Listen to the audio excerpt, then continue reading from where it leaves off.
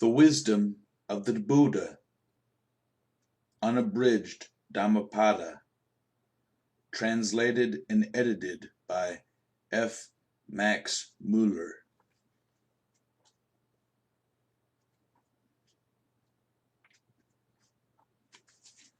Chapter 1. The Twin Verses. All that we are is the result of what we have thought. It is founded on our thoughts. It is made up of our thoughts. If a man speaks or acts with an evil thought, pain follows him, as the wheel follows the foot of the ox that draws the carriage. All that we are is the result of what we have thought. It is founded on our thoughts. It is made up of our thoughts. If a man speaks or acts with a pure thought, happiness follows him, like a shadow that never leaves him. He abused me. He beat me. He defeated me. He robbed me. In those who harbor such thoughts, hatred will never cease. He abused me. He beat me. He defeated me. He robbed me.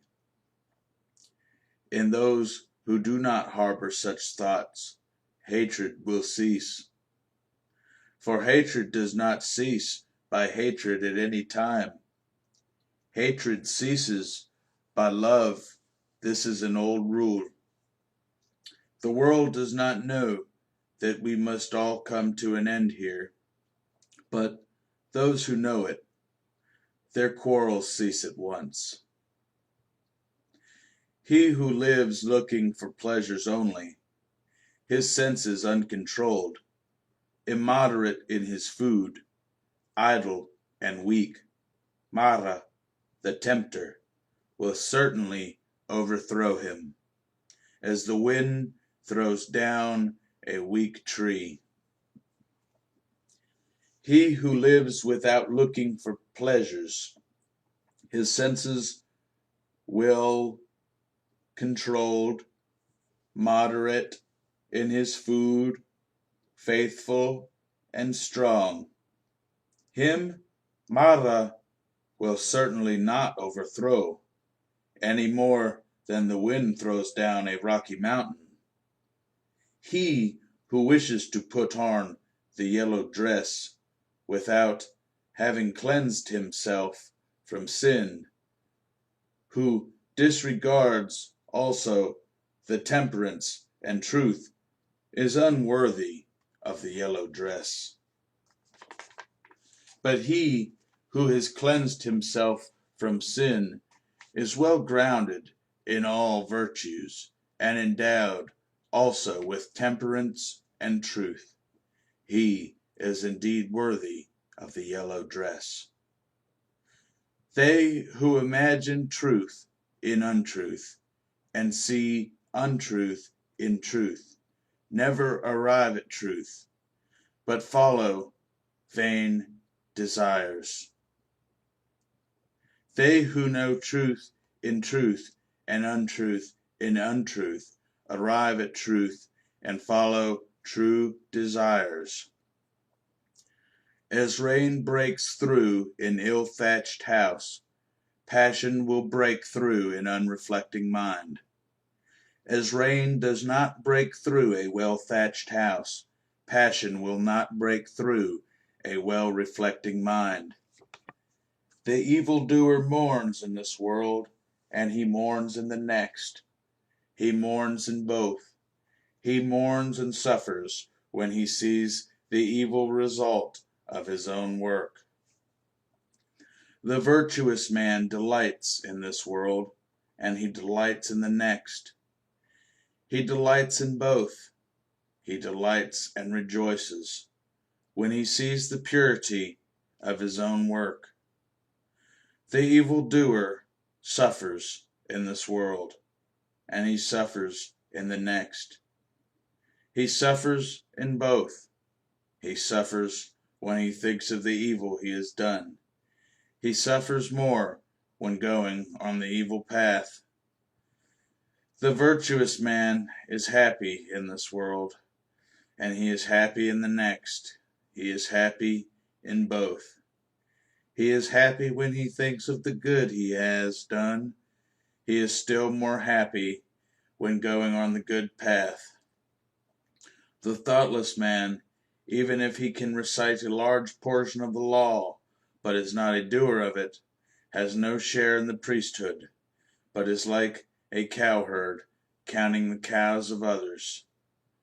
The follower of the law, even if he can recite only a small portion of the law, but having forsaken passion and hatred and foolishness, possesses true knowledge and serenity of mind. He, caring for nothing in this world or that to come, has indeed a share in the priesthood. Chapter 2. Earnestness.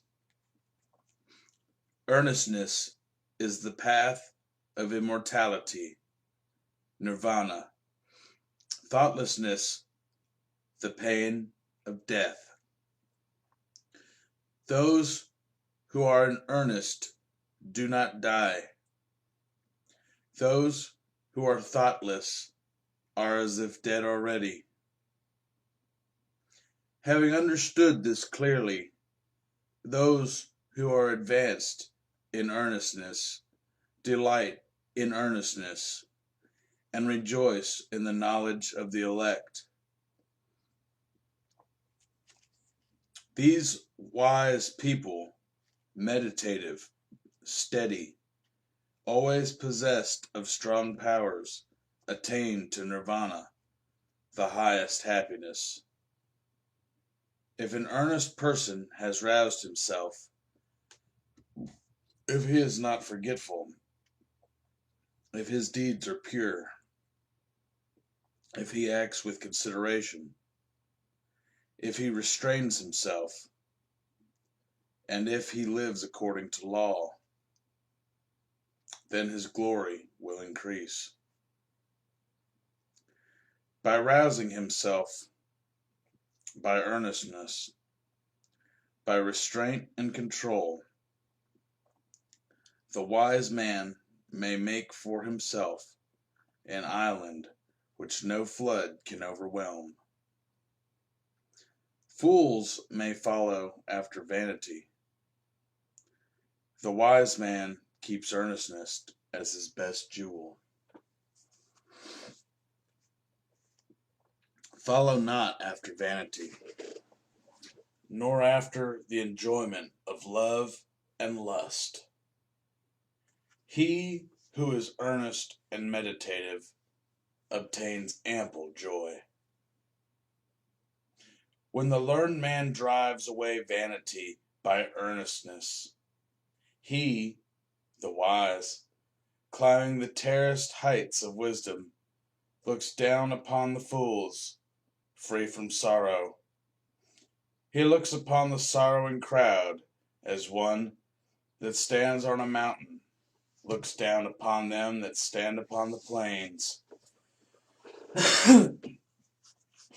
Earnest among the thoughtless, awake among the sleepers, the wise man advances like a racer, leaving behind the hack.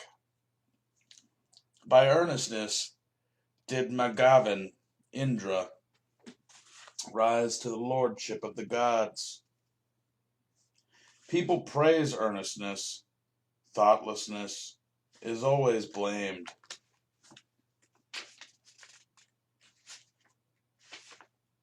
A Bhishku mendicant who delights in earnestness, who looks with fear on thoughtlessness, moves about like fire, burning all his fetters, small or large.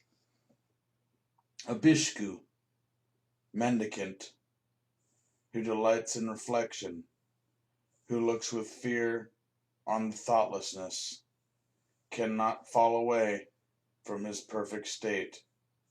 he is close upon nirvana. Chapter 3. Thought.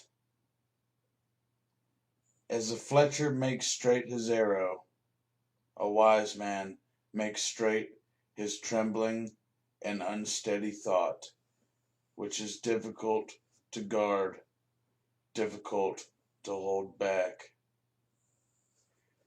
As a fish taken from his watery home and thrown onto the dry ground, our thought trembles all over in order to escape the dominion of Mara, the tempter. It is good to tame the mind, which is difficult to hold in, and flighty, rushing wherever it listeth. A tamed mind brings happiness. Let the wise man guard his thoughts, for they are difficult to perceive, very artful, and they rush wherever they list. Thoughts, well guarded, bring happiness. Those who bridle their mind, which travels far, moves about alone, is without a body, and hides in the chamber of the heart, will be free from the bonds of Mara, the tempter. If a man's faith is unsteady, if he does not know the true law, if his peace of mind is trouble, his knowledge will never be perfect. If a man's thoughts are not dissipated, if his mind is not perplexed, if he has ceased to think of good or evil, then there is no fear for him while he is watchful. Knowing that his body is fragile, like a jar, and making his thought firm like a fortress, one should attack Mara, the tempter, with the weapon of knowledge. One should watch him when conquered, and should never rest. Before long, alas, this body will lie on the earth, despised, without understanding, like a useless log. Whatever a hater may do to a hater, or an enemy to an enemy, a wrongly directed mind will do him greater mischief. Not a mother, not a father will do so much, nor any other relatives. A well-directed mind will do us greater service. Chapter 4. Flowers. Who shall overcome this earth and the world of Yama, the Lord of the departed, and the world of the gods? Who shall find out the plainly shown path of virtue, as a clever man finds the right flower? The disciple will overcome the earth, and the world of Yama, and the world of the gods. The disciple will find out the plainly shown path of virtue, as a clever man finds the right flower. He who knows that his body is like froth, and has learnt that it is as unsubstantial as a mirage, will break the flower-pointed arrow of Mara, and never again see the king of death. Death carries off a man who is gathering flowers, and whose mind is distracted, as a flood carries off a sleeping village. Death subdues a man who is gathering flowers, and whose mind is distracted before he is satiated in his pleasures. As the bee collects nectar and departs without injuring the flower, or its color or scent. So let a sage dwell in his village. Not the perversities of others, not the sins of commission or omission, but his own misdeeds and negligencies should a sage take notice of. Like a beautiful flower, full of color, but without scent, are the fine but fruitless words of him who does not act accordingly. But, like a beautiful flower, full of color and full of scent, are the fine and fruitful words of him who acts accordingly. As many kinds of wreaths can be made from a heap of flowers, so many good things may be achieved by a mortal when once he is born. The scent of flowers does not travel against the wind, nor that of sandalwood or of tagara and malika flowers, but the odor of good people travels even against the wind. A good man pervades every place. Sandalwood or tagara, a lotus flower, or a vasiki. Among these sorts of perfumes, the perfume of virtue is unsurpassed. Mean is the scent that comes from tagara and sandalwood, the perfume of those who possess virtue rises up to the gods as the highest. Of the people who possess these virtues, who live without thoughtlessness, and who are emancipated through true knowledge, Mala, the tempter, never finds the way. As on a heap of rubbish cast upon the highway, the lily will grow full of sweet perfume and delight. Thus, among those who are mere rubbish, the disciple of the truly enlightened Buddha shines forth by his knowledge above the blinded worldling. Chapter 5. The Fool. Long is the night to him who is awake. Long is a mile to him who is tired. Long is the life to the foolish who do not know the true law. If a traveler does not meet with one who is his bitter or his equal, let him firmly keep to his solitary journey. There is no companionship with a fool. These sons belong to me, and this wealth belongs to me. With such thoughts is a fool tormented. He himself does not belong to himself. How much less sons and wealth?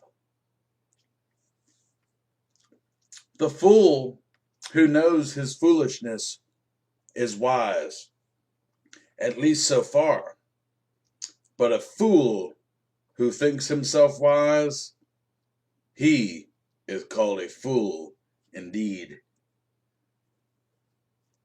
If a fool be associated with a wise man, even all his life, he will perceive the truth as little as a spoon perceives the taste of soup. If an intelligent man be associated for 1 minute only with a wise man, he will perceive the truth as the tongue perceives the taste of soup. Fools of poor understanding have themselves their greatest enemies, for they do evil deeds which bear bitter fruits.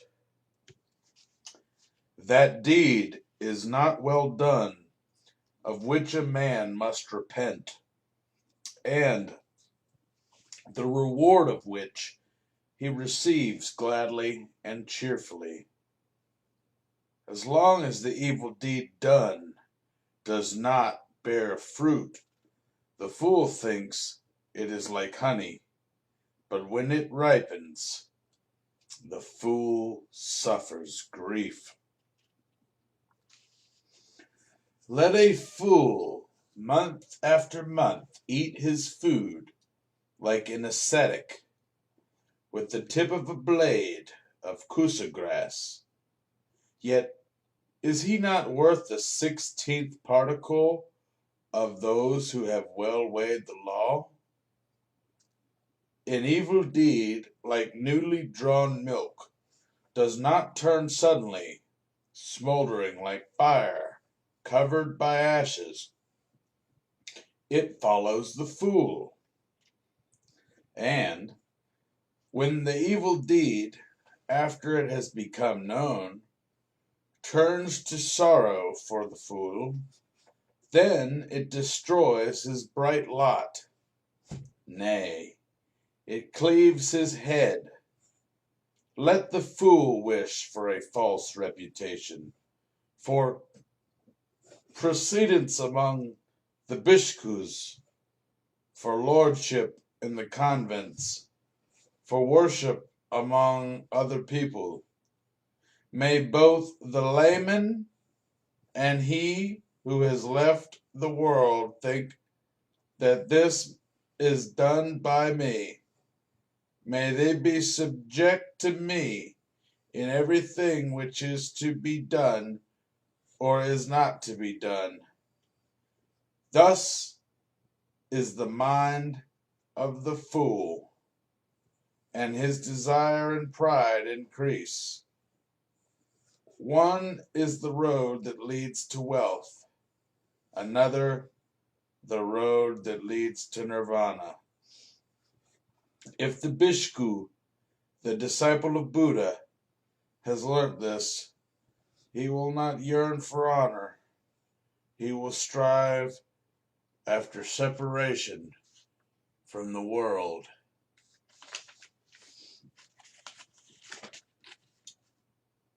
Chapter 6.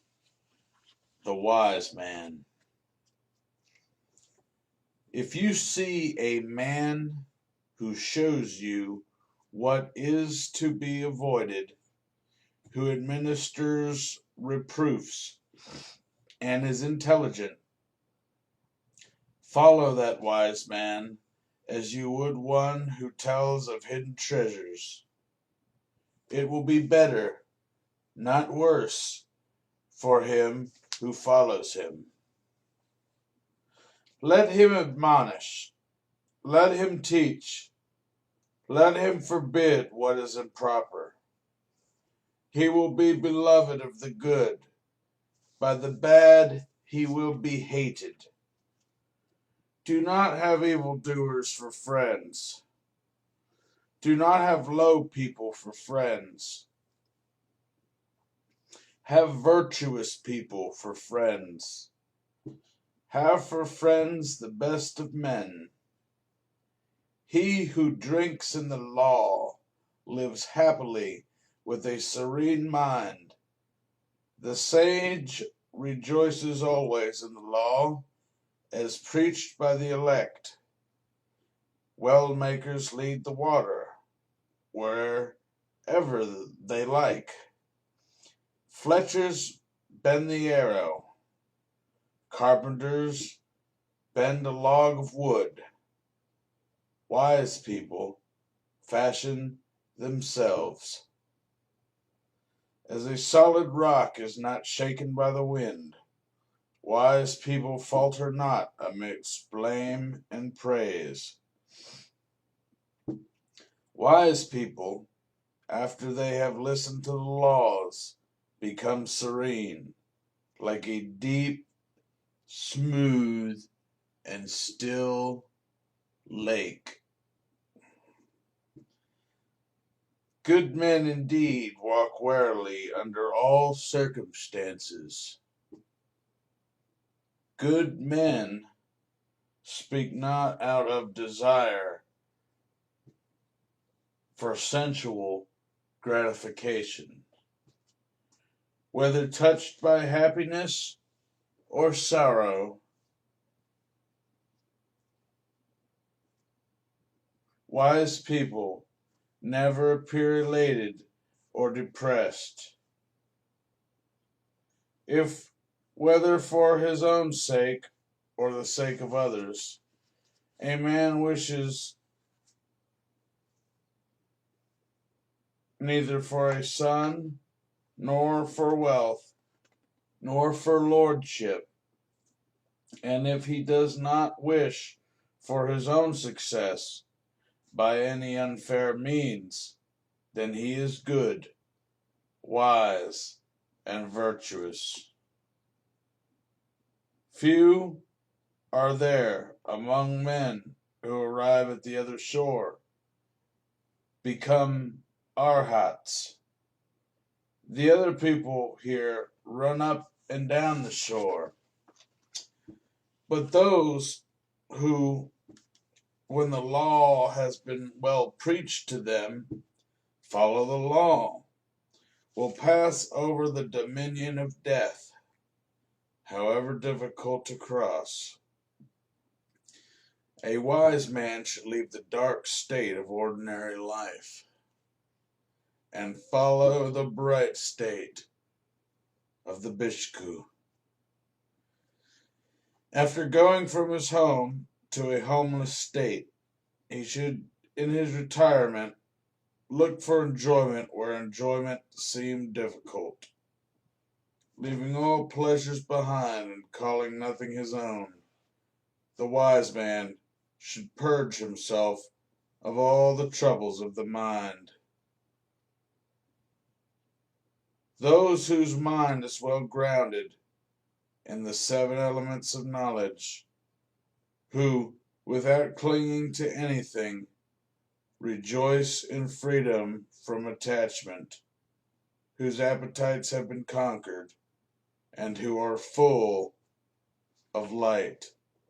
They are free, even in this world. Break. If you enjoy this book, please click the subscribe button below and offer suggestions for new books. End break. Chapter 7. The Venerable. There is no suffering for him who has finished his journey and abandoned grief, who has freed himself on all sides and thrown off all fetters.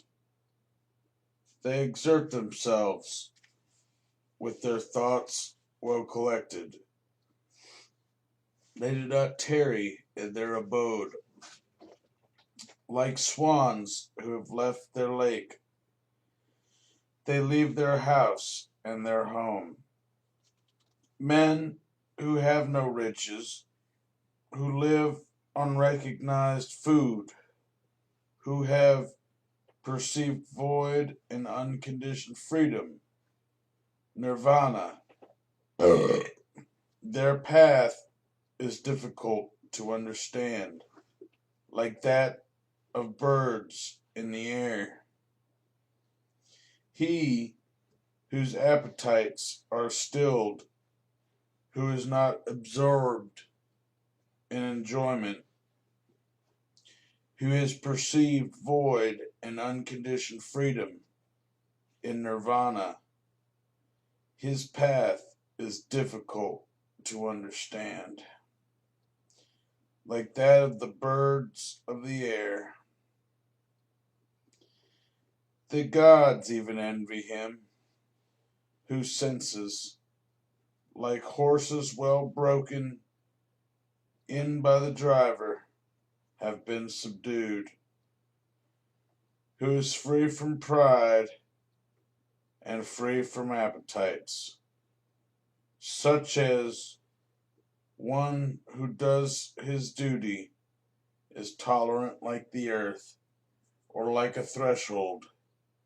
He is like a lake without mud. No new births are in store for him. His thought is quiet. Quiet are his words and deeds. When he has obtained freedom by true knowledge, when he has thus become a quiet man, the man who is free from credulity, but knows the uncreated, who has cut all ties, removed all temptations, renounced all desires, he is the greatest of men.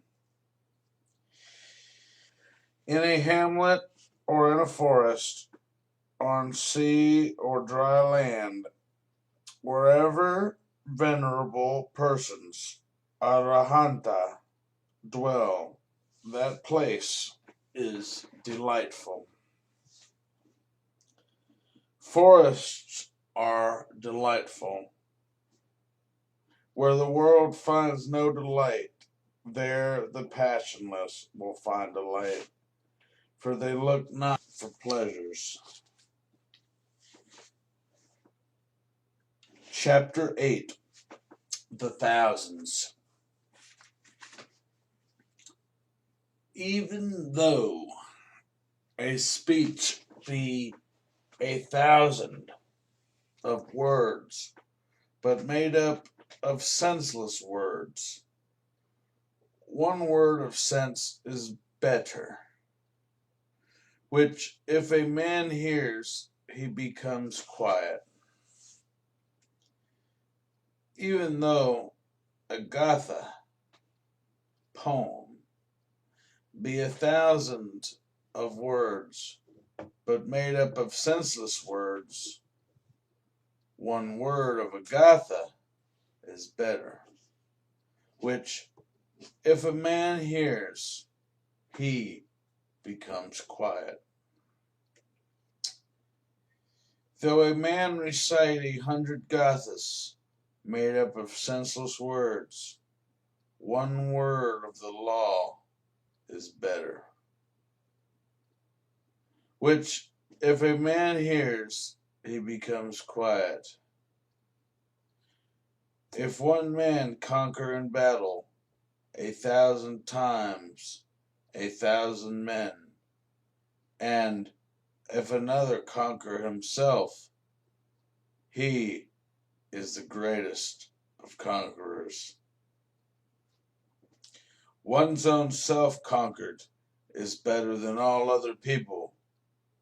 Not even a god, a Gandharva, not Mara with Brahman, could change into defeat the victory of a man who has vanquished himself and always lives under restraint. If for 100 years sacrifice, month by month, with 1,000, and if he but for one moment pay homage to a man whose soul is grounded in true knowledge, better is that homage than a sacrifice for 100 years. If for 100 years worship, agony, fire in the forest, and if he but for one moment pay homage to a man whose soul is grounded in true knowledge, better is that homage than sacrifice for 1,000 years. Whatever a man sacrifice in this world as an offering or as an oblation for a whole year in order to gain merit, the whole of it is not worth 1/4 of a farthing. Reverence shown to the righteous is better. He who always greets and constantly reveres the aged, 4 things will increase to him: life, beauty, happiness, power. But he who lives 100 years, vicious and unrestrained, a life of one day, is better if a man is virtuous and reflecting. And he who lives 100 years, ignorant and unrestrained, a life of one day, is better if a man is wise and reflecting. And he who lives 100 years idle and weak, a life of one day, is better if a man has attained firm strength. And if he who lives 100 years, not seeing beginning and end, a life of one day, is better if a man sees beginning and end. And he who lives 100 years, not seeing the immortal place, a life of one day, is better if a man sees the immortal place. And he who lives 100 years, not seeing the highest law, a life of one day, is better if a man sees the highest law. Chapter 9. Evil. A man should hasten towards the good and should keep his thoughts away from evil. If a man does what is good slothfully, his mind delights in evil. If a man commits a sin, let him not do it again. Let him not delight in sin. The accumulation of evil is painful. If a man does what is good, let him do it again. Let him delight in it. The accumulation of good is delightful. Even an evildoer sees happiness so long as his evil deed does not ripen. But when his evil deed ripens, then does the evildoer see evil. Even when a good man sees evil days, so long as his good deed does not ripen.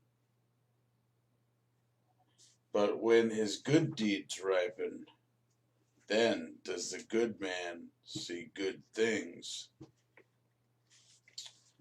Let no man think lightly of evil, saying in his heart, "It will not come nigh unto me." Even by the falling of water drops is a water pot filled. The fool becomes full of evil, even if he gather it little by little.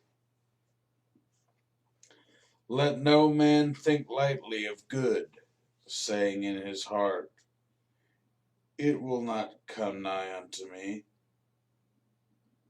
Even by the falling of water drops, a water pot is filled.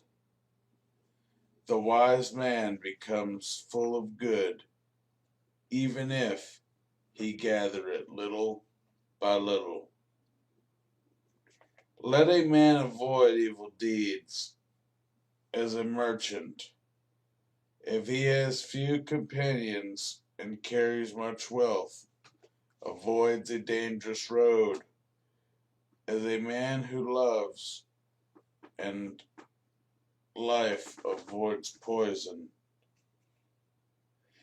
He who has no wound on his hand may touch poison with his hand. Poison does not affect one who has no wound, nor is there evil for one who does not commit evil.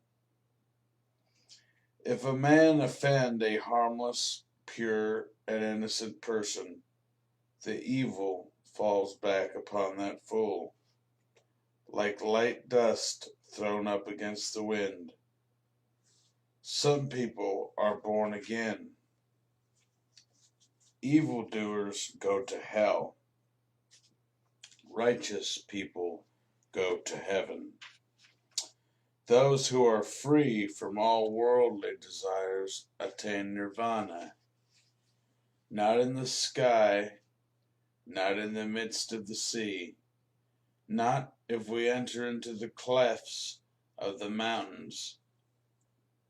Is there a known spot in the whole world where a man might be freed from an evil deed? Not in the sky, not in the midst of the sea, not if we enter into the clefts of the mountain, is there known a spot in the whole world where death could not overcome the mortal. Chapter 10. Punishment. All men tremble at punishment. All men fear death. Remember that you are like unto them, and do not kill nor cause slaughter. All men tremble at punishment. All men love life. Remember that thou art like unto them, and do not kill nor cause slaughter. He who, seeking his own happiness, punishes or kills beings who also long for happiness, will not find happiness after death. He who, seeking his own happiness, does not punish or kill beings who also long for happiness, will find happiness after death. Do not speak harshly to anyone. Those who are spoken to will answer thee in the same way. Angry speech is painful. Blows for blows will touch thee. If, like a shattered metal plate, gong, thou utter nothing, then thou hast reached nirvana. Anger is not known to thee. As a cowherd with his staff drives his cows into the stable, so do age and death drive the life of men. A fool does not know when he commits his evil deeds, but the wicked man burns by his own deeds, as if burnt by a fire. He who inflicts pain on innocent and harmless persons will soon come to one of these 10 states. He will have cruel suffering, loss, injury of the body, heavy affliction, or loss of mind, a misfortune coming from the king, or a fearful accusation, or loss of relations, or destruction of treasures. Lightning, fire will burn his houses, and when his body is destroyed, the fool will go to hell. Not nakedness, not plaited hair, not dirt, not fasting, or lying on the earth, not rubbing with dirt, not sitting motionless, can purify a mortal who has not overcome desires. He who, though dressed in fine apparel, exercises tranquility, is quiet, subdued, restrained, chaste, and has ceased to find fault with all other beings. He is indeed a Brahmana, an ascetic Sramana, a friar Bhikkhu. Is there in this world any man so restrained by shame that he does not provoke reproof, as the noble horse the whip? Like a noble horse when touched by the whip, be ye strenuous and eager, and by faith, by virtue, by energy, by meditation, by discernment of the law, you will overcome this great pain, perfect in knowledge and in behavior, and never forgetful. Well makers lead the water wherever they like. Fletchers bend the arrow. Carpenters bend a log of wood. But good people fashion themselves.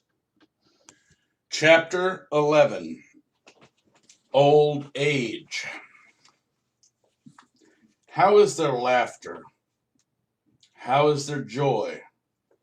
As this world is always burning. Do you not seek a light, ye who are surrounded by darkness?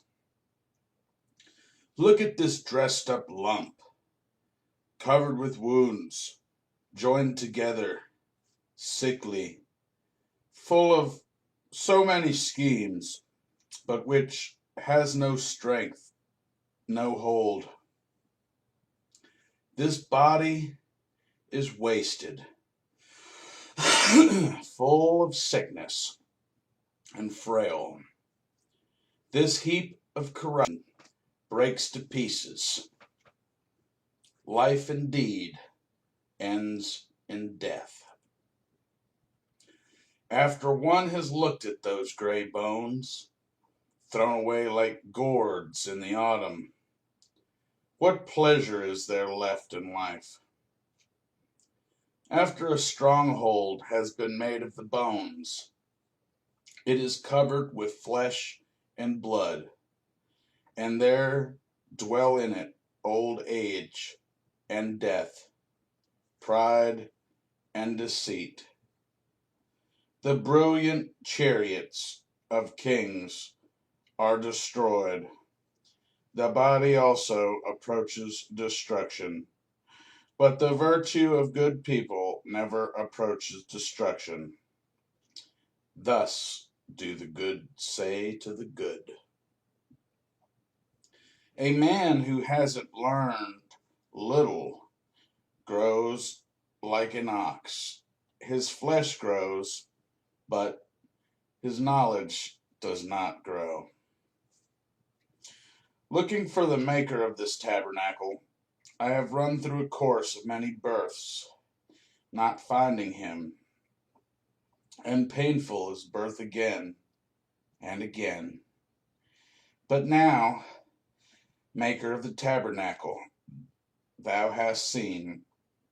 Thou shalt not make this tabernacle again. All thy rafters are broken, thy ridgepole is sundered. The mind, approaching the eternal, Visankara Nirvana, has attended to the extinction of all desires. Men who have not observed proper discipline and have not gained wealth in their youth perish like old herons in a lake without fish. Men who have not observed proper discipline and have not gained wealth in their youth lie like broken bows sighing after the past. Chapter 12. Self. If a man holds himself dear, let him watch himself carefully. During one at least out of the 3 watches, a wise man should be watchful.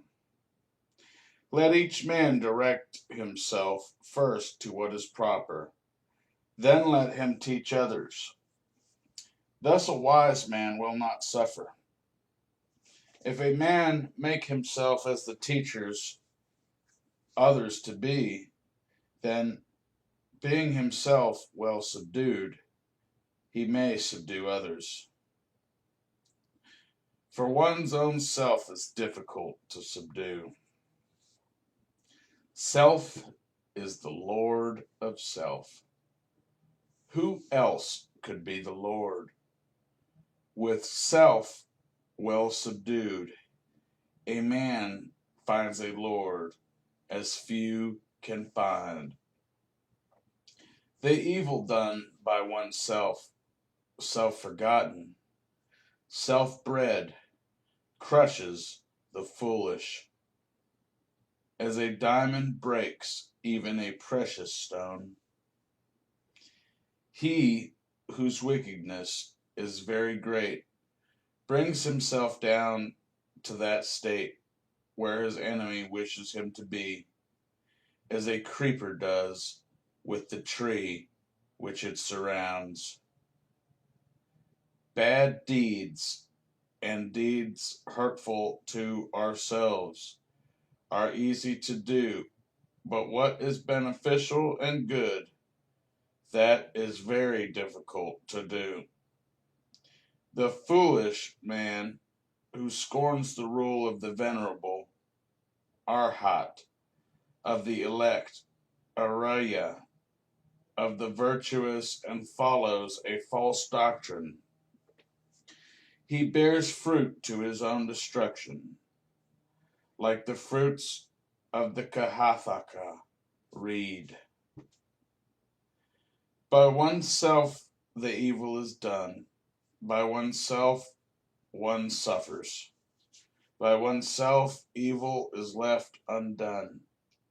By oneself is purified. The pure and the impure stand and fall by themselves. No one can purify another. Let no one forget his own duty for the sake of another's, however great. Let a man, after he has discerned his own duty, always be attentive to his duty. Chapter 13. The World. Do not follow the evil law. Do not live on in thoughtlessness. Do not follow the false doctrine. Be not a friend of the world. Rouse thyself. Do not be idle. Follow the law of virtue. The virtuous rest in bliss in this world and the next. Follow the law of virtue. Do not follow that of sin. The virtuous rest in bliss in this world and in the next. Look upon the world as you would on a bubble. Look upon it as you would on a mirage. The king of death does not see him who thus looks down upon the world. Come, look at this world, glittering like a royal chariot. The foolish are immersed in it, but the wise do not touch it. He who formerly was reckless and afterwards became sober brightens up the world. Like the moon when freed from clouds, he whose evil deeds are covered by good deeds brightens up this world like the moon when freed from clouds. This world is dark. Few only can see here. A few only go to heaven, like birds escaped from the net. The swans go on the path of the sun. They go miraculously through the ether. The wise are led out of this world when they have conquered Mara and his train. If a man has transgressed the one law, and speaks lies, and scoffs at another world, there is no evil he will not do. The uncharitable do not go to the world of gods. Fools only not praise liberally.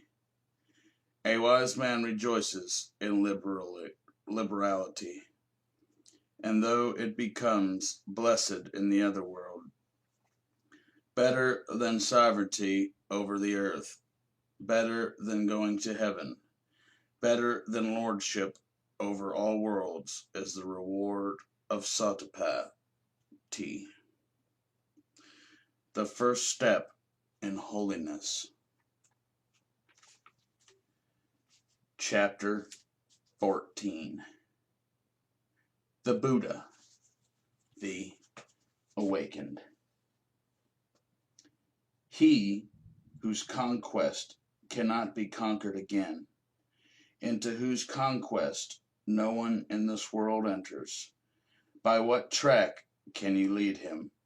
The awakened, the omniscient, the trackless? He whom no desire with its snares and poisons can lead astray. By what track can you lead him? The awakened, the omniscient, the trackless? Even the gods envy those who are awakened and not forgetful, who are given to meditation, who are wise and who delight in the repose of retirement from the world. Difficult to obtain is the conception of men. Difficult is the life of mortals. Difficult is the hearing of the true law. Difficult is the birth of the awakened, the attainment of Buddhahood.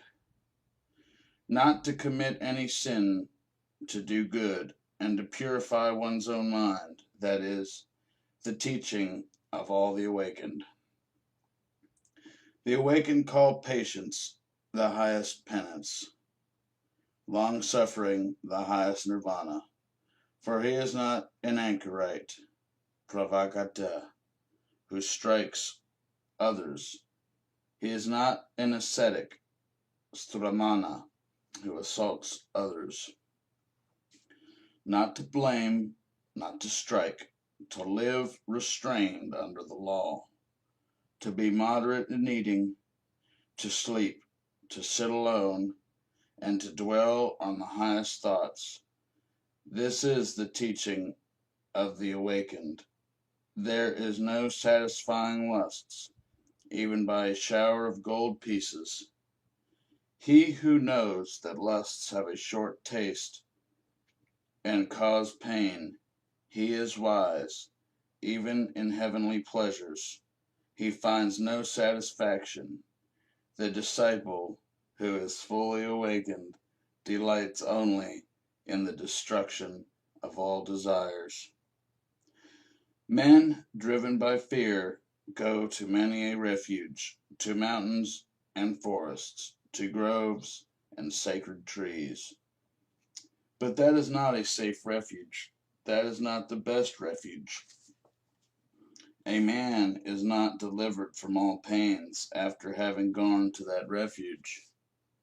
He who takes refuge with Buddha, the law, and the church, he, with clear understanding, sees the four holy truths: pain, the origin of pain, the destruction of pain, and the eightfold holy way that leads to the quieting of pain. That is the safe refuge. That is the best refuge.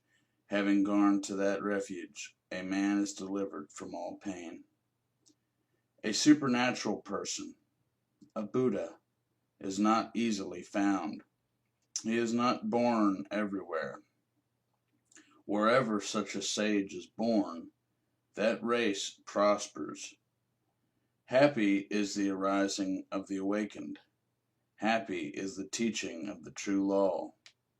Happy is peace in the church. Happy is the devotion of those who are at peace. He who pays homage to those who deserve homage, whether the awakened, Buddha, or their disciples, those who have overcome the host of evils and crossed the flood of sorrow, he who pays homage to such as have found deliverance and know no fear, his merit can never be measured by anyone. Chapter 15, Happiness. We live happily indeed, not hating those who hate us. Among men who hate us, we dwell free from hatred. We live happily indeed, free from ailments among the ailing. Among men who are ailing, let us dwell free from ailments. We live happily indeed, free from greed among the greedy. Among men who are greedy, let us dwell free from greed. We live happily indeed, though we call nothing our own. We shall be like the bright gods, feeding on happiness. Victory breeds hatred, for the conquered is unhappy. He who has given up both victory and defeat, he, the contented, is happy. There is no pain like this body. There is no happiness higher than rest. Hunger is the worst of diseases. The elements of the body, the greatest evil. If one knows this truly, that is nirvana, the highest happiness, the best of relationships. Nirvana, the highest happiness. He who has tasted the sweetness of solitude and tranquility is free from fear and free from sin, while he tastes the sweetness of drinking in the law. The sight of the elect, Ariya, is good. To live with them is happy, always happy. If a man does not see fools, he will be truly happy. He who walks in the company of fools suffers a long way. Company with fools, as with an enemy, is always painful. Company with the wise is a pleasure, like meeting with kinsfolk. Therefore, one ought to follow the wise, the intelligent, the learned, the much enduring, the dutiful, the elect, they ought to follow. Such a good and wise man, as the moon follows the path of the stars.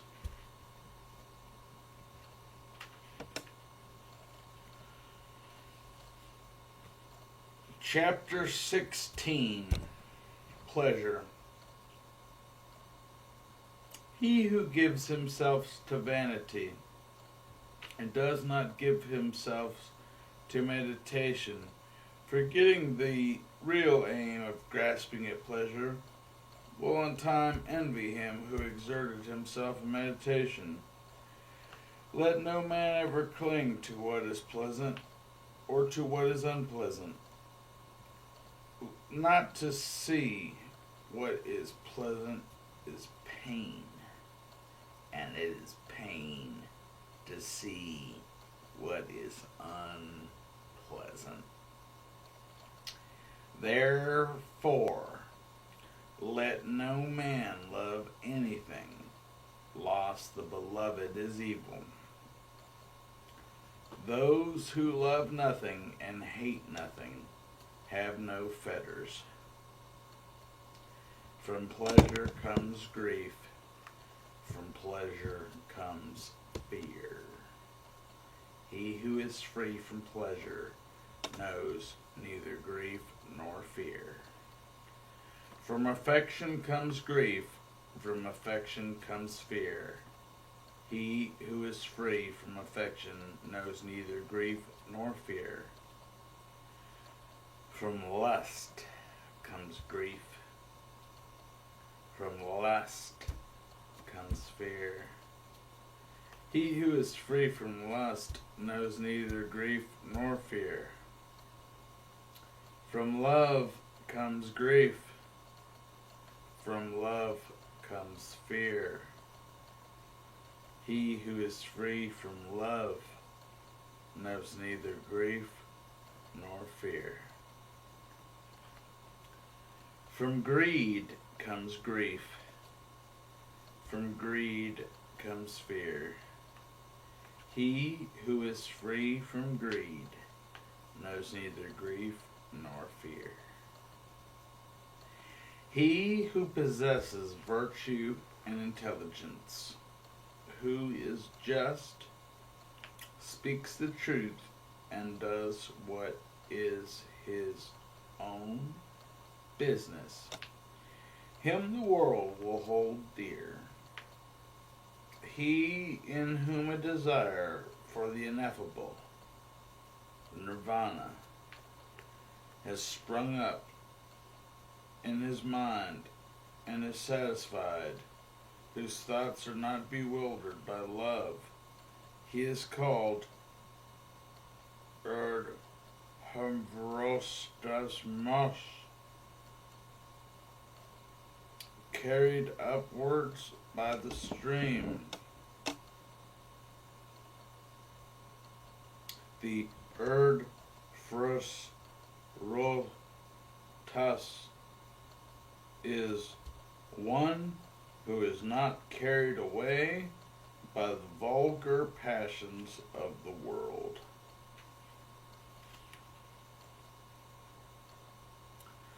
Kinsmen, friends, and lovers, salute a man who has been long away and returned safe from afar. In like manner, his good works receive him who has done good and has gone from the world to the other, as kinsmen receive a friend on his return.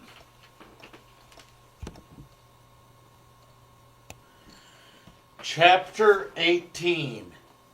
Anger. Let a man leave anger.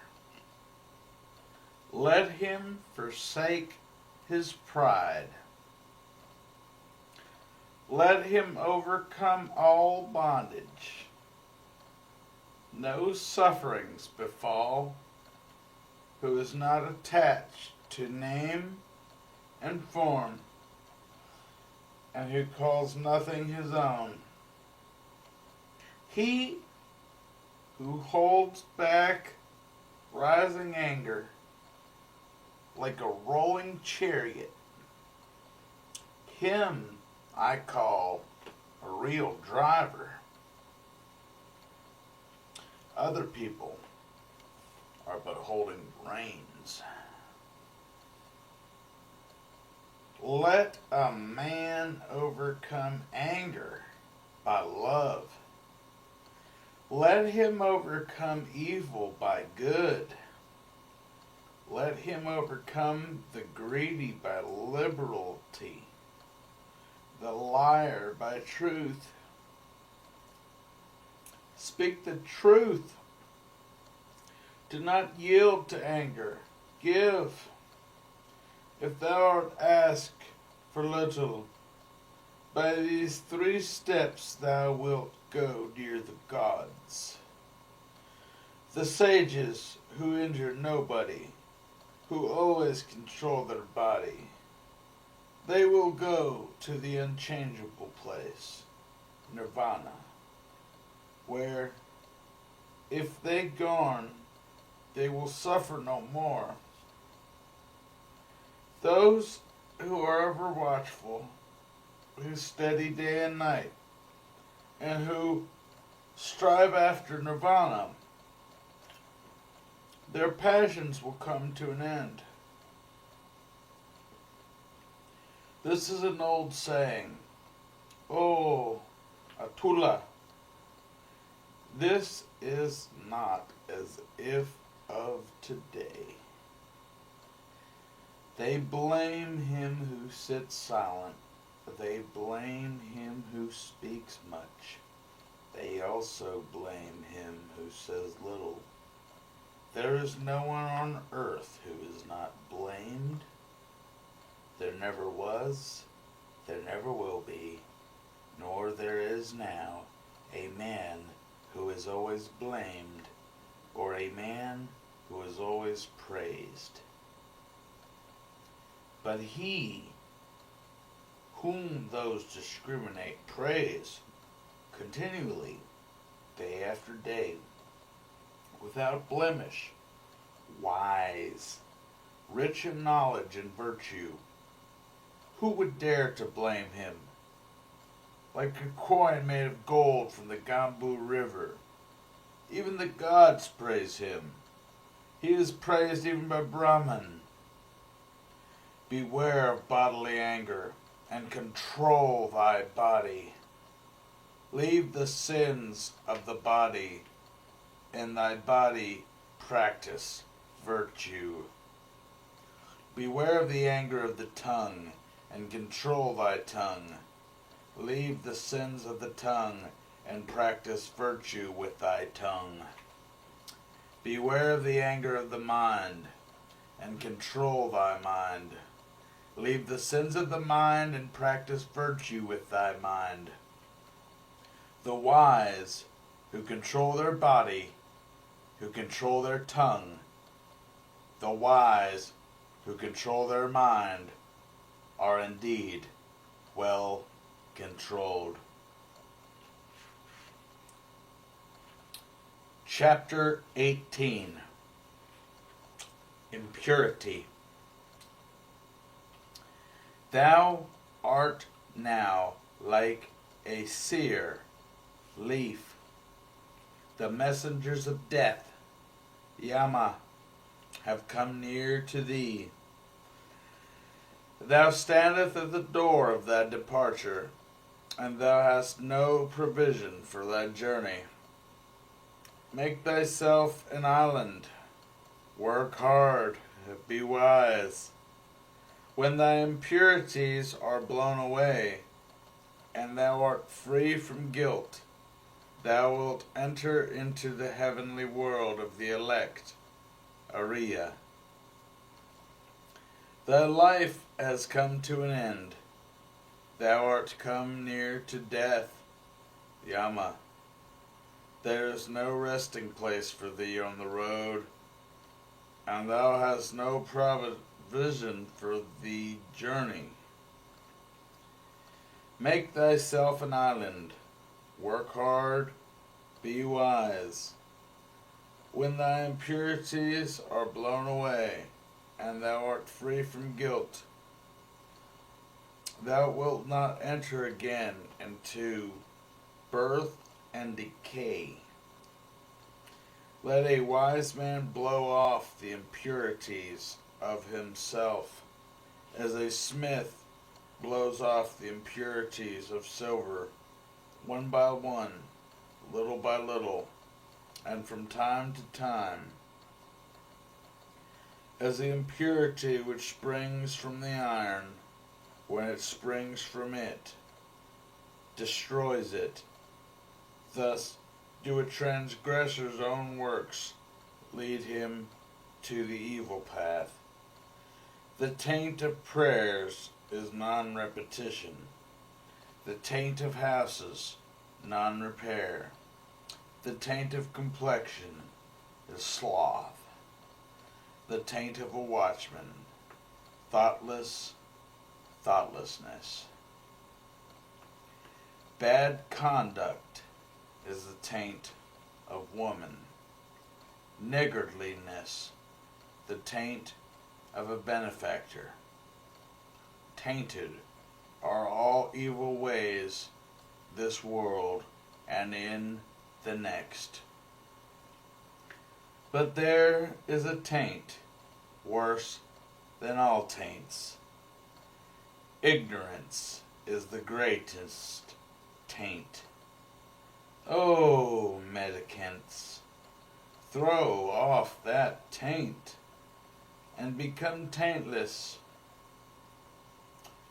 Life is easy for a man who is without shame, a crow hero, a mischief maker, an insulting, bold, and wretched fellow. But life is hard to live for the modest man, who always looks for what is pure, who is disinterested, quiet, spotless, and intelligent. He who destroys life, who speaks untruth, who in the world takes what is not given him, who goes to another man's wife, and the man who gives himself to drinking intoxicating liquors, he, even in this world, digs up his own root. O man, know this, that the unrestrained are in a bad state. Take care that greediness and vice do not bring thee to grief for a long time. The world that gives according to their faith or according to their pleasure. If a man frets about the food and the drink given to others, he will find no rest either by day or by night. If in whom that feeling is destroyed and taken out, with the very root, finds rest day by day, night by night. There is no fire like passion. There is no shark like hatred. There is no snare like folly. There is no torrent like greed.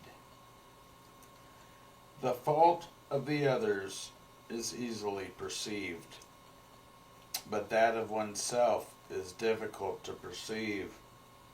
A man's winnows his neighbor's faults like chaff, but his own fault he hides as a cheat hides the bad die from the player. If a man looks after the faults of others and is always inclined to be offended, if his own passions will grow, and he is far from the destruction of passions, there is no path through the air. A man is not a samana outwardly. The world delights in vanity. The Tathagatas, the Buddhas, are free from vanity. There is no path through the air. A man is not a samana outwardly. No creatures are eternal, but the awakened, Buddha, are never shaken.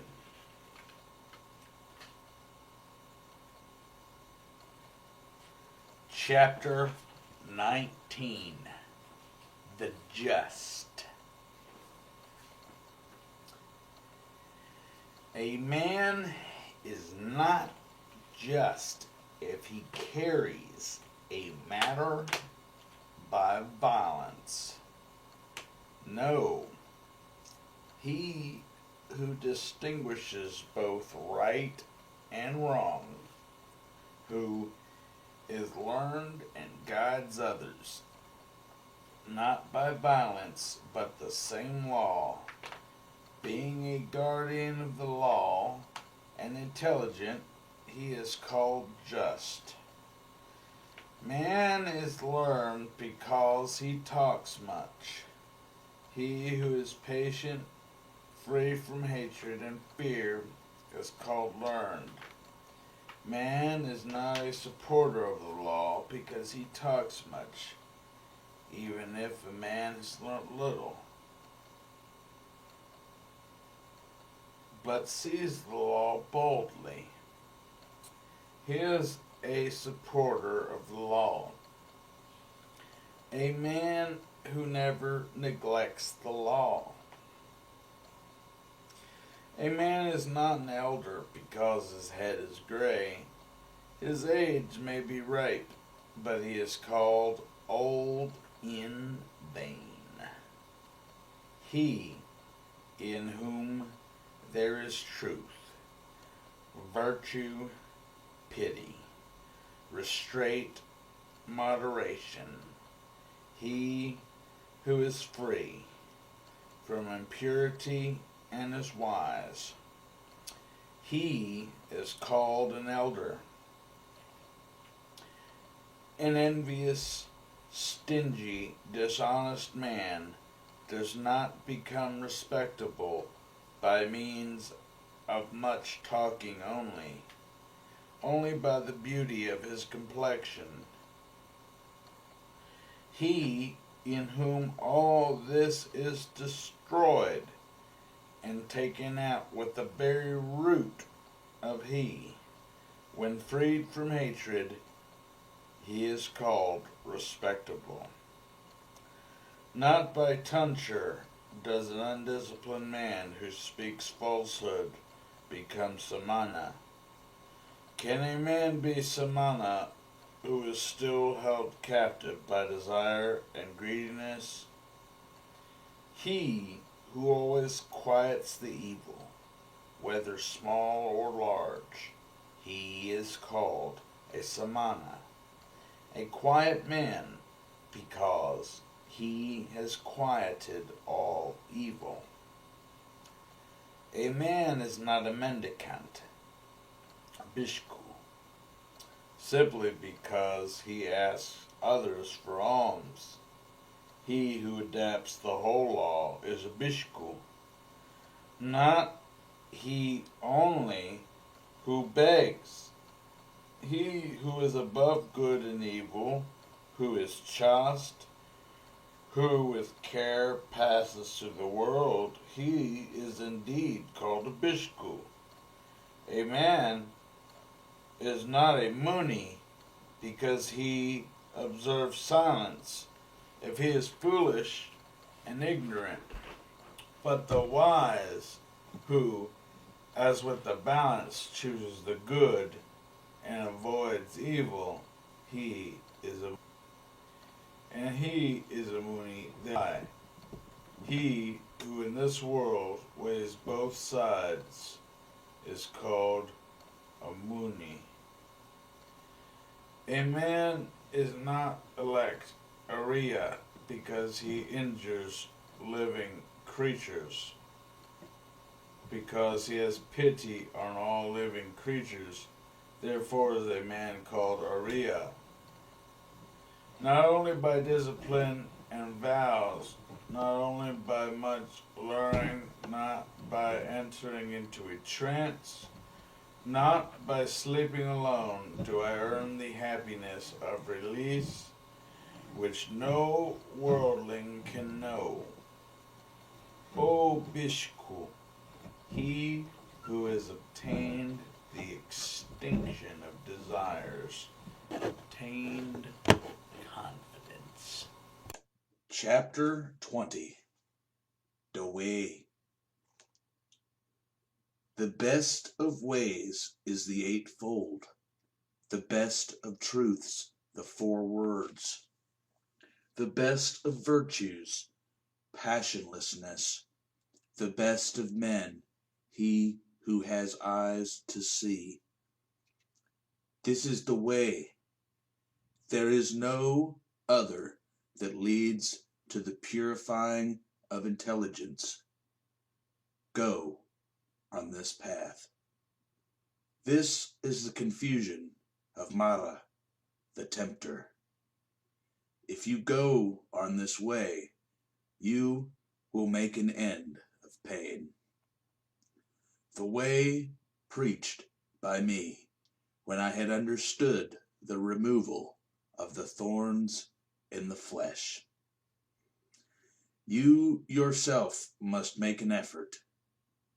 The Tathagatas, Buddhas, are only preachers. The thoughtful who enter the way are freed from the bondage of Mara. All created things perish. He who knows and sees this becomes passive in pain. This is the way to purity. All created things are grief and pain, and he who knows and sees this becomes passive in pain. This is the way that leads to purity. All forms are unreal. He who knows and sees this becomes passive in pain. This is the way that leads to purity. He who does not rouse himself when it is time to rise, who, though young and strong, is full of sloth, whose will and thought are weak, that lazy and idle man never finds the way to knowledge. Watching his speech, well restrained in mind, let a man never commit any wrong with his body. Let a man but keep these three roads of action clear, and he will achieve the way which is taught by the wise. Through zeal knowledge is gained. Through lack of zeal knowledge is lost. Let a man who knows this double path of gain and loss thus place himself that knowledge may grow. Cut down the whole forest of desires, not a tree only. Danger comes out of the forest of desires. When you have cut down both the forest of desires and its undergrowth, then, bhikkhus, you will be rid of the forest and of desires. So long as the desire of man towards women, even the smallest, is not destroyed, so long as his mind in bondage, as the calf that drinks milk to its mothers. Cut out the love of self like an autumn lotus with thy hand. Cherish the road of peace. Nirvana has been shown by Sugata, Buddha. Here I shall dwell in the rain. Here in winter and summer. Thus the fool meditates and does not think of death.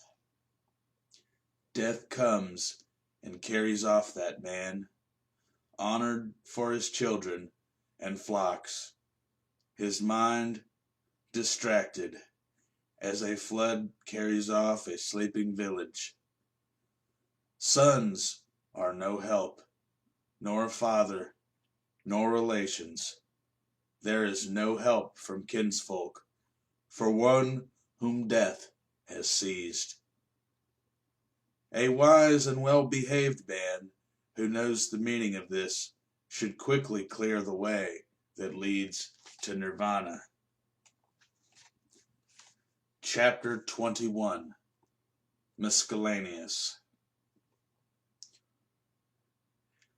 If by leaving a small pleasure one sees a great pleasure, let a wise man leave the small pleasure and look to the great.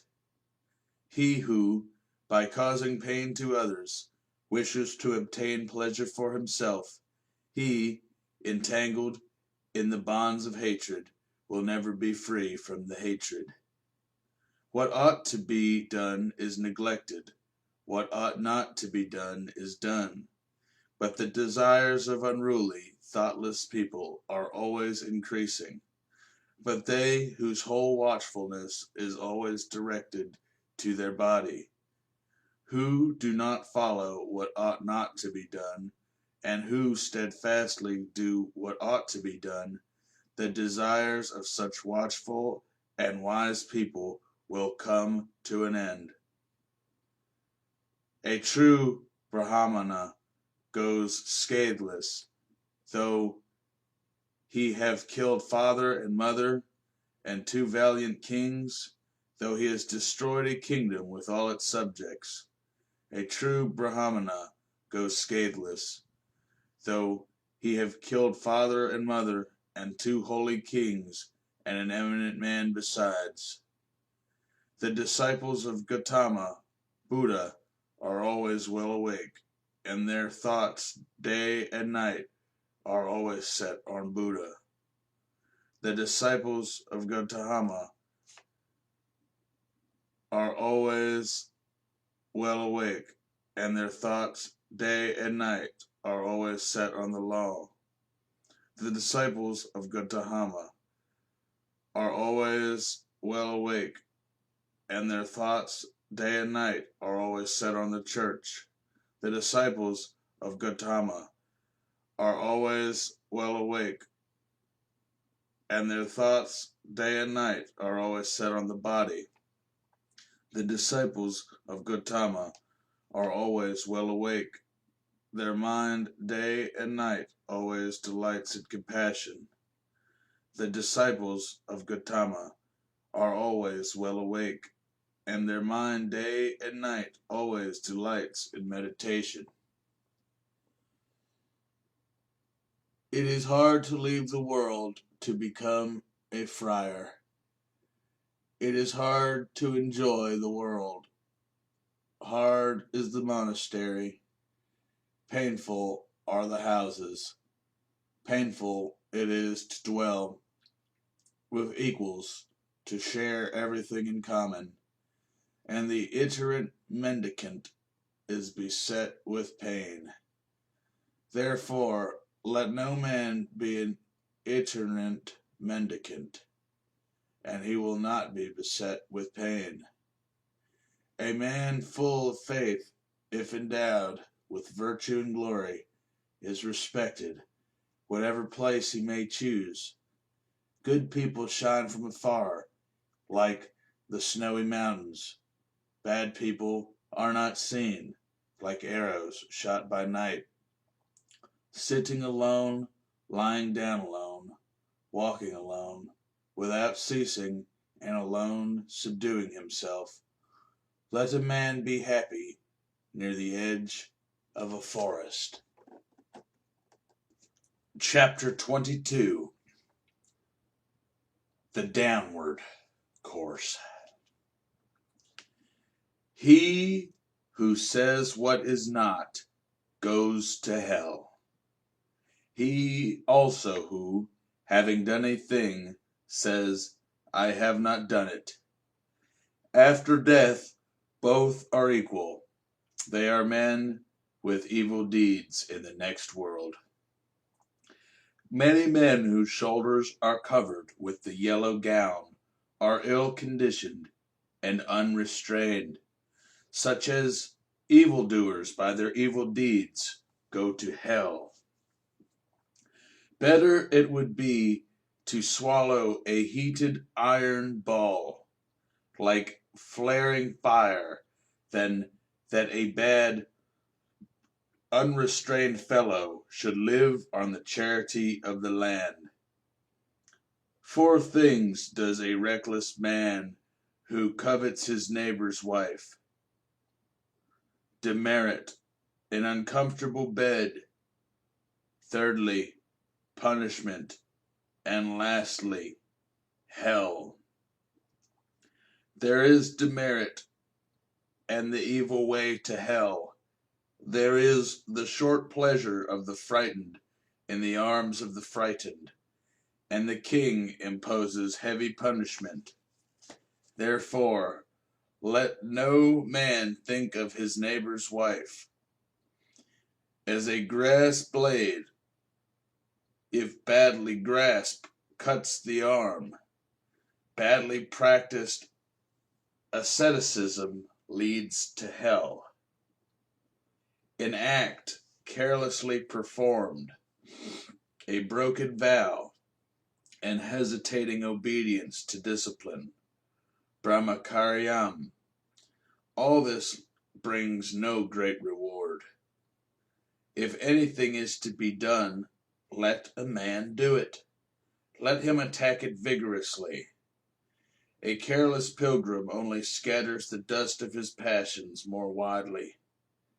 An evil deed is better left undone, for if a man repents of it afterward. A good deed is better done, for having done it, one does not repent.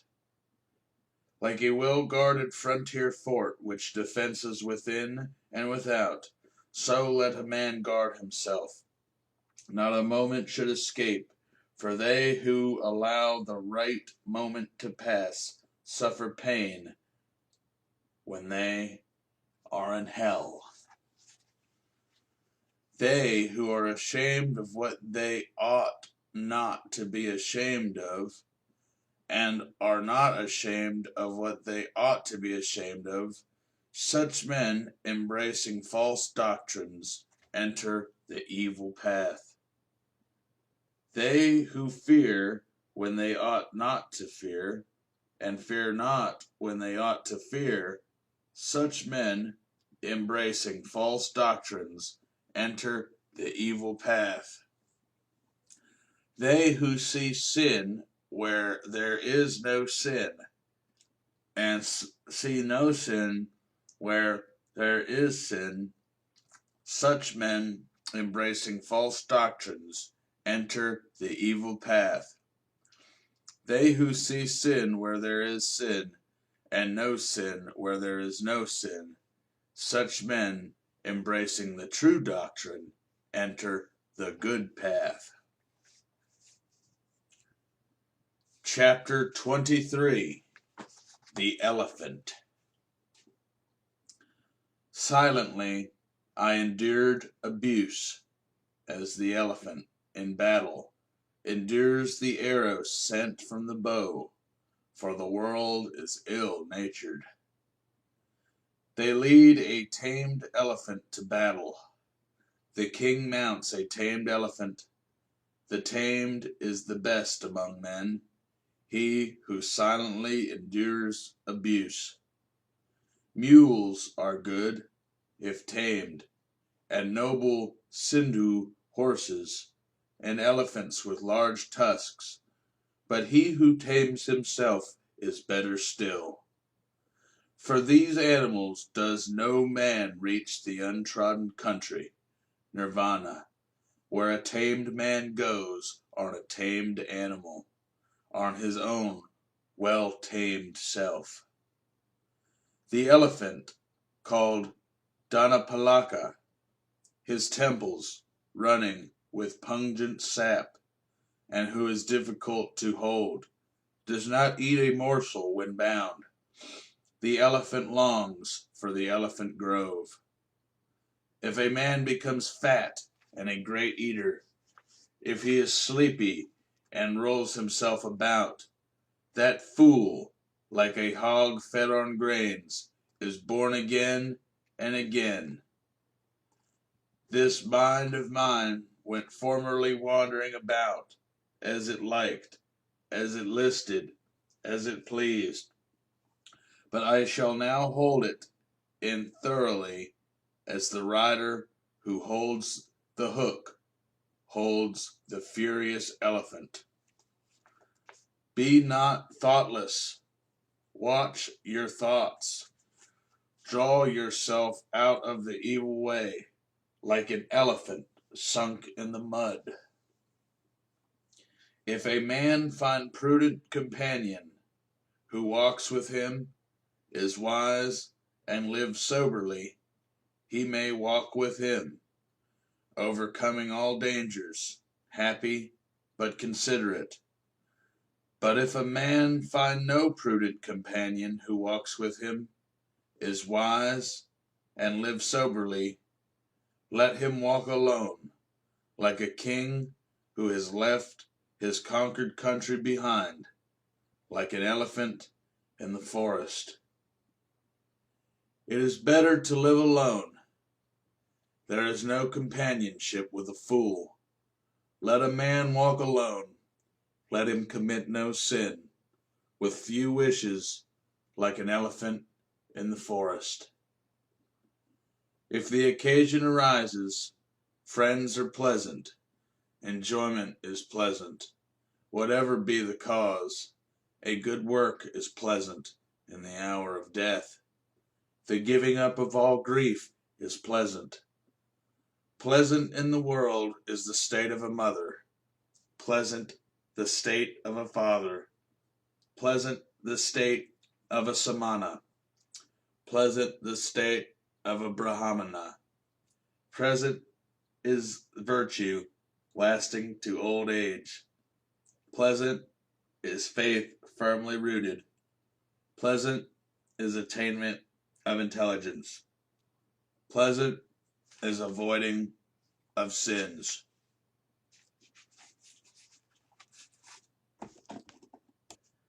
Chapter 24. Thirst. The thirst of a thoughtless man grows like a creeper. He runs from life to life like a monkey seeking fruit in the forest. Whomsoever this fierce poisonous thirst overcomes, in this world his sufferings increase like the abounding banana grass. But from him who overcomes this fierce thirst, difficult to be conquered in this world, sufferings fall off like water drops from a lotus leaf.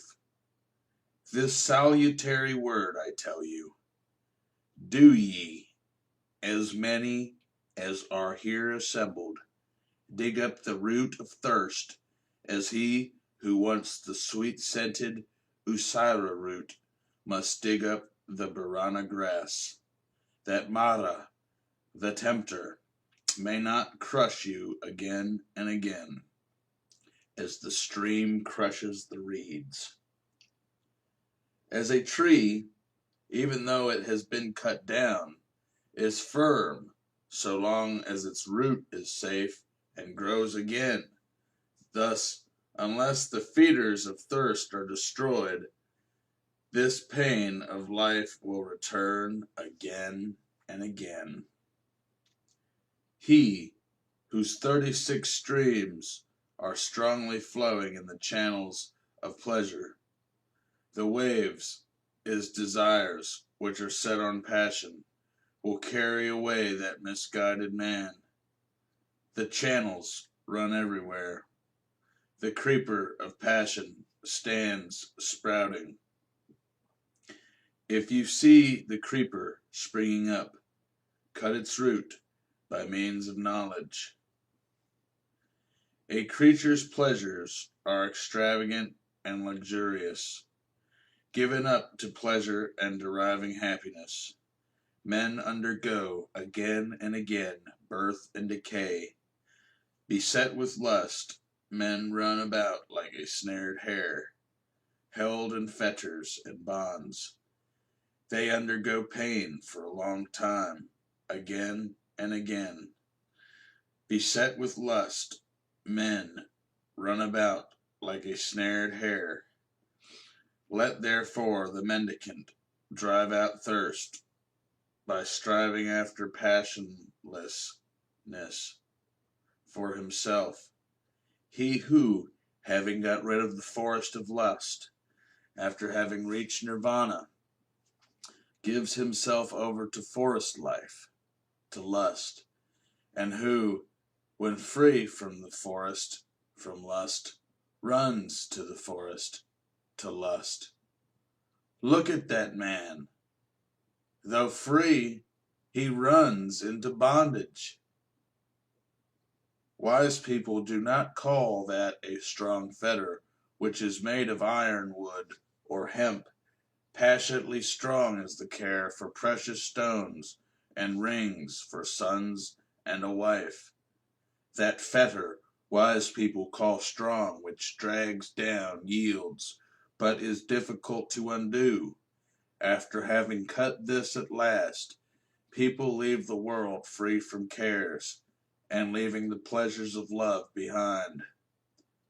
Those who are slaves to passions run down the stream of desires, as a spider runs down the web which he has made himself.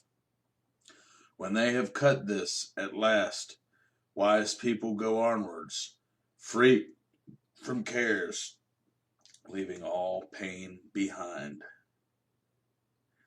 Give up what is before. Give up what is behind. Give up what is between. When thou goest to the other shore of existence, if thy mind is altogether free, thou wilt not enter again into birth and decay. If a man is tossed about by doubts, full of strong passions, and yearning only for what is delightful, his thirst will grow more and more, and he will indeed make his fetters strong. If a man delights in quieting doubts, and always reflecting, dwells on what is not delightful, he will remove, nay, he will cut the fetter of Mara. He who has reached the consummation, who does not tremble, who is without thirst and without sin, he has broken all the thorns of life. This will be his last body. He who is without thirst and without affection, who understands the words and their interpretation, who knows the order of the letters, those which are before and which are after, he has received his last body. He is called the great sage, the great man.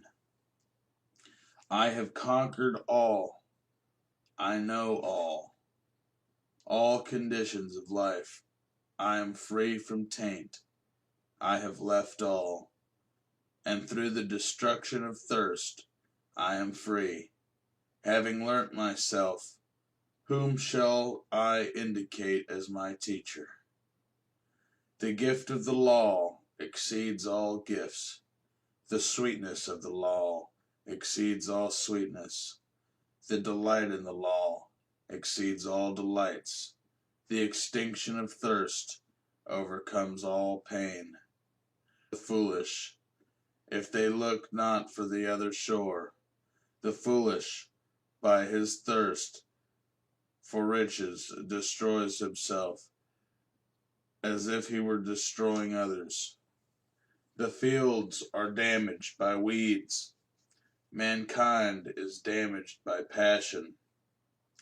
Therefore, a gift bestowed on the passionless brings great reward. The fields are damaged by weeds. Mankind is damaged by hatred. Therefore, a gift bestowed on those who do not hate brings great reward. The fields are damaged by weeds. Mankind is damaged by vanity. Therefore, a gift bestowed on those who are free from vanity brings great reward. The fields are damaged by weeds. Mankind is damaged by lust. Therefore, a gift bestowed on those who are free from lust brings great reward. Chapter 25. The Bhikshu.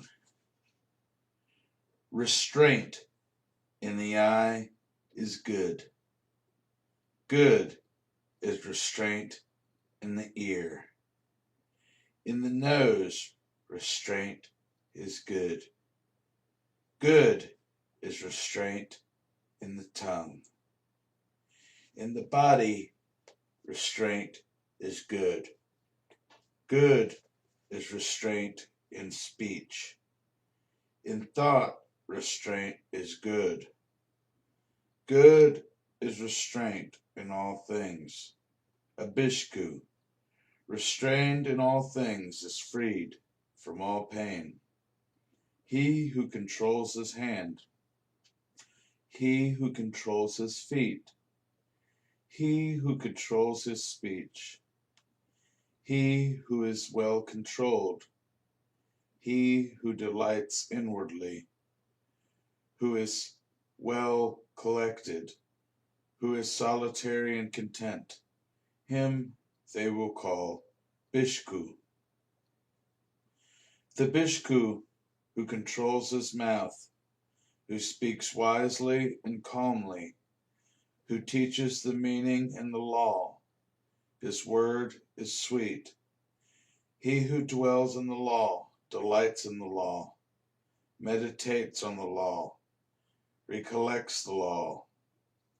That bhikkhu will never fall away from the true law. Let him not despise what he has received, nor ever envy others. A mendicant who envies others does not obtain peace of mind. A bhikkhu who, though he receives little, does not dispute what has received. Even the gods will praise him, if his life is pure and if he is not slothful. He who never identifies himself with name and form, and does not grieve over what is no more, he indeed is called a bhikkhu. The bhikkhu who behaves with kindness, who is happy in the doctrine of Buddha, will reach the quiet place, nirvana. Happiness arising from the cessation of natural inclinations. O bhikkhu, empty this boat. If emptied, it will go quickly. Having cut off passion and hatred, thou wilt go to nirvana. Cut off the 5 fetters. Leave the 5. Rise above the 5. A bhikkhu who has escaped from the 5 fetters, he is called Ogahatina, saved from the flood. Meditate, O bhikkhu, and be not heedless. Do not direct thy thought. A man does not become a Brahman by his plaited hair, by his family, or by birth. In whom there is truth and righteousness, he is blessed. He is a Brahman. What is the use of plaited hair? O fool! What of the raiment of goat skins? What within thee there is ravening? But the outside thou makest clean. The man who wears dirty raiments, who is emaciated and covered with veins, who meditates alone in the forest, him I call indeed a Brahmana. I do not call a man a Brahmana because of his origin or of his mother. He is indeed arrogant, and he is wealthy, but the poor who is free from all attachments, him I call indeed a Brahman. Him I call a Brahmana, who, after cutting all fetters, never trembles, is free from bronze and unshackled. Him I call indeed a Brahmana, who, after cutting the strap and the thong, the rope, with all that pertains to it, has destroyed all obstacles, and is awakened. Him I call a Brahmana, who, though he has committed no offense, endures reproach, stripes, and bonds, who has endurance for force, and strength for his army. Him I call indeed a Brahmana, who is free from anger, dutiful, virtuous, without appetites, who is subdued and has received his last body. Him I call indeed a Brahmana, who does not cling to sensual pleasures, like water on a lotus leaf, like a mustard seed on the point of a needle. Him I call indeed a Brahmana, who even here knows the end of his own suffering, has put down his burden, and is unshackled. Him I call indeed a Brahmana, whose knowledge is deep, who possesses wisdom, who knows the right way and the wrong, and has attained the highest end. Him I call indeed a Brahmana, who keeps aloof both from laymen and from mendicants, who frequents no houses and has but few desires. Him I call indeed a Brahmana, who, without hurting any creatures, whether feeble or strong, does not kill nor cause slaughter. Him I call indeed a Brahmana, who is tolerant with the intolerant, mild with the violent, and free from greed among the greedy.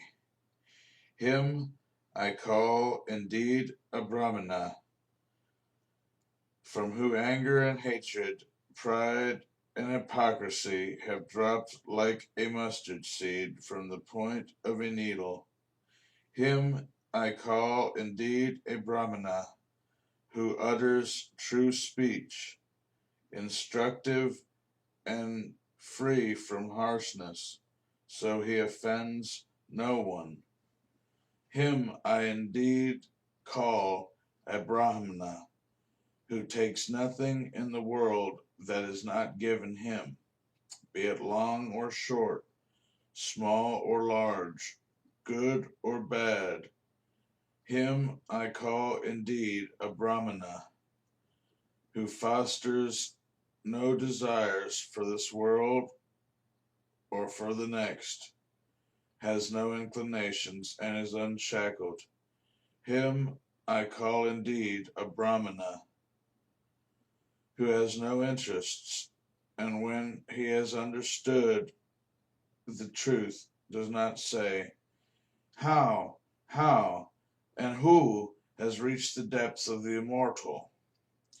Him I call indeed a Brahmana, who in this world has risen from both ties, good and evil, who is free from grief, from sin, and from impurity. Him, indeed, I call a Brahmana, who is bright like the moon, pure, serene, undisturbed, and in whom all gaiety is extinct.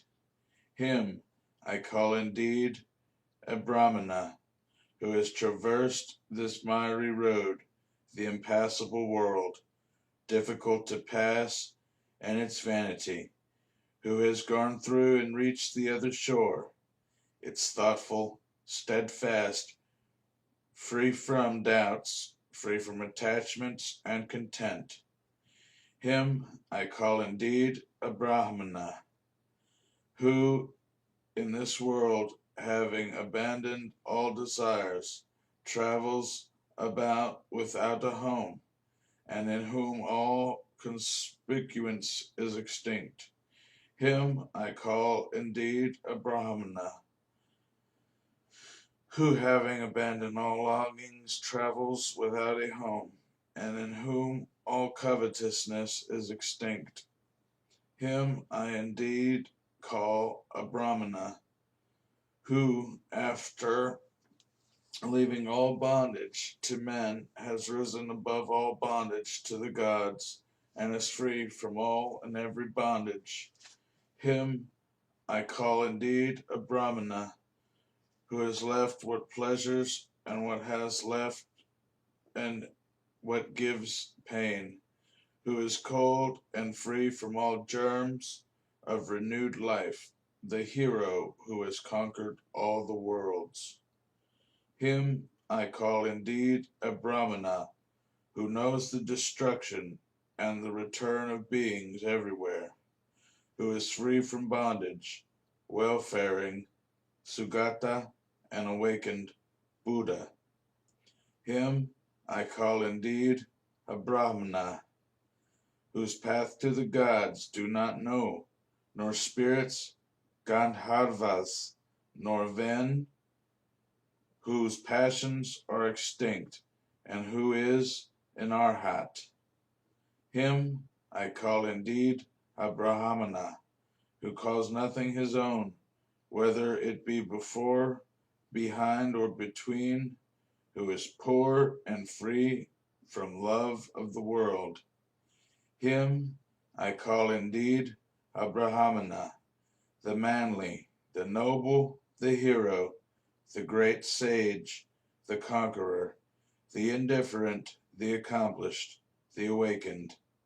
Him I call indeed a Brahmana, who knows his former abodes, who sees heaven and hell, has reached the end of births, is perfect in knowledge, a sage, and whose perfections are all perfect. The end. Click subscribe if you enjoyed this video.